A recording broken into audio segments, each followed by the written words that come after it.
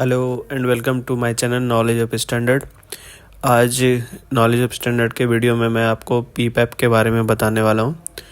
जो इस पार्ट 2 के वीडियो में हम पीपैप को जो डॉक्यूमेंट्स होते हैं उसके जो आगे प्रोसेस होते हैं उनके बारे में बात करेंगे और उनको समझाने की कोशिश करेंगे कि किस तरीके से उसको हम अपने जो प्रोसेस हैं पीपैप के उसको समझते हैं या किस तरीके से हम उसके प्रोसेस को करते हैं। तो चलिए स्टार्ट करते हैं और समझते हैं कि क्या हो सकता है हमारे पीपैप के प्रोसेस में। फर्स्ट जो है हमारा, इसमें हम बात करेंगे कि पीपैप का जो प्रोसेस फ्लो चार्ट है। मैं आपको वो बताना चाह रहा हूँ कि प्रोसेस फ्लो चार्ट किस तरीके से पीपैप एक सिस्टम में वर्क करता है, जो कस्टमर और ऑर्गेनाइजेशन के बीच में जो भी डील की जाती है उसके बारे में यहाँ पे बात कर रहे हैं।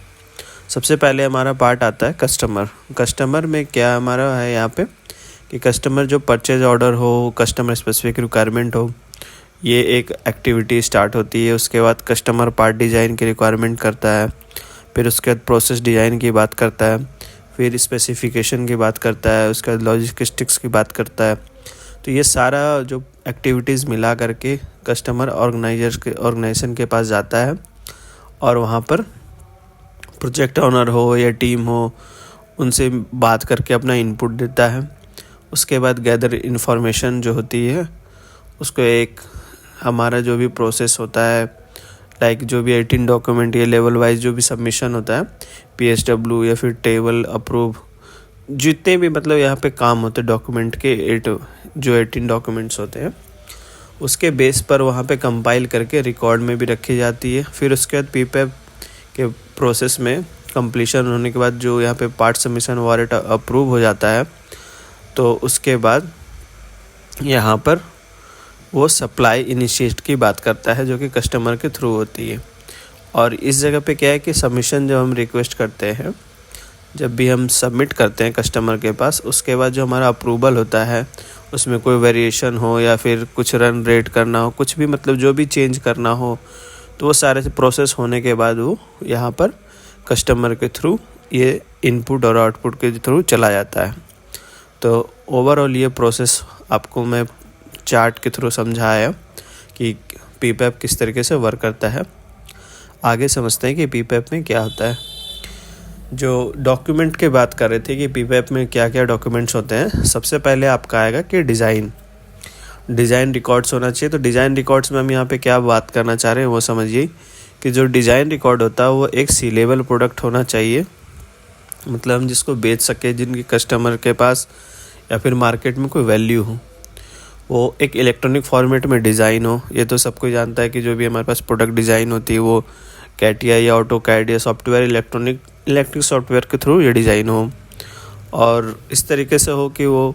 एक पार्ट बेचने के मतलब सेलेबल की बात कर रहे हैं, मतलब कस्टमर तक जाए, मार्केट में जाए, उसकी कोई वैल्यू बने, तभी तो वो डिज़ाइन की जा रही है। तो यहाँ पे डिज़ाइन रिकॉर्ड्स की बात सिंपल यही कर रहे हैं कि आप अगर कोई प्रोडक्ट रख रहे हो या कोई प्रोडक्ट बेचना चाह रहे हो तो उसका एक डिज़ाइन पहले हम डेवलप करेंगे और उसके बाद उस पर वर्क करेंगे। नेक्स्ट है reporting of part material compositions. तो इसमें क्या कहना चाह रहा है कि ये डिज़ाइन के अंदर ही आता है। जब ड्राइंग्स हम देखते हैं तो ड्राइंग में हमारा कौन सा मटेरियल यूज़ हो रहा है, कौन सा सब्सटेंस यूज़ हो रहा है, क्या कंपोजिशन हो रही है उस प्रोडक्ट का, वो कस्टमर आपको कम्प्लीटली कंपाइल करके देता है। तो ये आप लोगों ने जिसने भी ड्राइंग देखी हो तो उस चीज़ को समझ सकते हैं कि पार्ट का किस तरीके का डिज़ाइन मटेरियल या फिर और भी स्पेसिफिक जो भी उनकी रिक्वायरमेंट होती है वो ड्राइंग में मेंशन करके देते हैं। वो फर्स्ट स्टार्ट इनिशिएट वहीं से होती है, ठीक है। तो उसके बाद आते हैं कि जो मटेरियल हम यूज़ करते हैं उसमें हम क्या समझना चाहते हैं कि पीपैप में वो हमारा वो कहाँ पे क्या ज़रूरत होता है। तो उसके बाद हमारा आ जाता है उसके अंदर में ही मार्किंग ऑफ पॉलीमेट्रिक पार्ट्स, यानी जैसे अगर कोई हम प्लास्टिक के या पॉलीमेट्रिक पार्ट्स बनाते हैं तो उसमें स्पेसिफिक हमें करनी पड़ती है जो कि उनका स्टैंडर्ड होता है। जैसे यहाँ पर मैंने आपको बताने की कोशिश की है कि where applicable identify the polymetric part with ISO symbol as a specific in ISO 11 469 जो कि एक प्लास्टिक जेनरिक आइडेंटिफिकेशन मार्किंग होना चाहिए उस पर, और इन स्टैंडर्ड को फॉलो करते हुए उनके अंडर पे वर्क करना चाहिए और उनकी मार्किंग होनी चाहिए। मतलब यहाँ साफ साफ कहना चाह रहे हैं कि जिस टाइप का मटेरियल आप यूज कर रहे हो, अगर प्लास्टिक की बात कर रहे हैं यहाँ पर, तो आप लोग चेक करेंगे, अगर आप लोगों के पास माउस देख रहे होंगे, माउस यूज करते होंगे, तो उसके किसी न किसी पोर्शन पे या एरिया पे जिस मटेरियल से भी वो बना होगा प्लास्टिक का पार्ट, वो वहाँ पर वो अपना पहला आइडेंटिफिकेशन देता है। जैसा कि आप लोग को पिक्चर में यहाँ पे बता रहा हूँ कि उसकी मतलब प्लास्टिक किस ग्रेड का है, क्या मटेरियल है, उसके अंदर क्या क्या फिलिंग है, वो एक आईएसओ स्टैंडर्ड के थ्रू, जो कि यहाँ पर आपको 2 टाइप के दिख रहे हैं, इनके नॉमेनक्लेचर के थ्रू वहाँ पे आपको शो करेगा। ये एक कंपलसरी मार्किंग होती है किसी प्रोडक्ट को, प्लास्टिक प्रोडक्ट को बेचने के लिए। मतलब सिंपली आप पीपैप में यहाँ पे वही बात करना चाह रहे हो कि आप वहाँ पर जो भी पार्ट आप या प्रोडक्ट डेवलप कर रहे हो, तो मटेरियल को आइडेंटिफाई करो। और प्लास्टिक स्पेसिफिकेशन के लिए मैंने आपको यहाँ बता दिया, कुछ इस टाइप का आपको एग्जांपल के तौर पे दिखेगा, आप लोग चेक कर सकते हो। जो स्टैंडर्ड या प्लास्टिक प्रोडक्ट होते हैं उसमें आपको दिख जाएंगे। उसके बाद 2.2.2 में ऑथराइज्ड इंजीनियरिंग चेंज डॉक्यूमेंट की बात कर रहे हैं, यानी एसीएन की बात कर रहे हैं। इसमें क्या बताना चाह रहे हैं कि जब डिज़ाइन आप डेवलप कर लिए, प्रोडक्ट डेवलप कर रहे हो, सपोज कि उसमें कस्टमर या कस्टमर के इंजीनियर्स जो भी हैं वो चाहते हैं कि कुछ फिटमेंट हो या फिर कुछ एरिया हो जहाँ पे वो चेंज करना चाहते हैं, जो कि फाइनल प्रोडक्ट डेवलप होने के टाइम पे आप करवा सकते हो। तो उसी की बात करें कि ऑथराइज्ड आपको इंजीनियरिंग चेंज डॉक्यूमेंट भी बनानी पड़ेगी, यानी वो कस्टमर और ऑर्गेनाइजेशन के बीच में एक डॉक्यूमेंट रहेगा, जो कोई भी ड्राइंग में या चेंजमेंट होती है तो वो आपको साइन करके वो अप्रूव करके देंगे, तभी उनके बिहाफ पर वो आप चेंज कर सकते हो। उसके बाद 2.23 में कस्टमर इंजीनियरिंग अप्रूवल, जब भी ये चेंज करके देंगे तो आप वो वहाँ से अप्रूवल लेने के बाद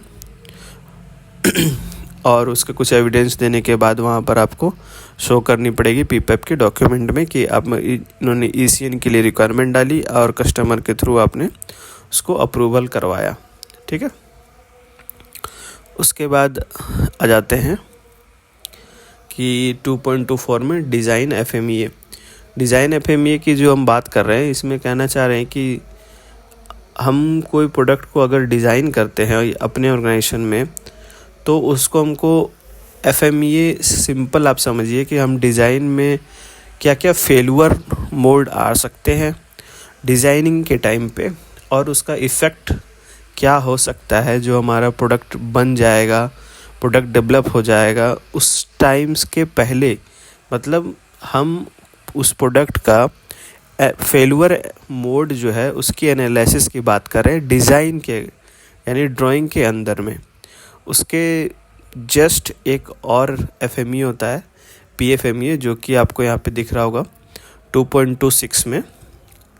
इसका 2 पार्ट होता है, मतलब एफएमईए के 2 पार्ट हो गए, डिज़ाइन एफएमईए और प्रोसेस एफएमईए। तो 2.24 जो है वहाँ डिज़ाइन एफएमईए की बात कर रहा है, मतलब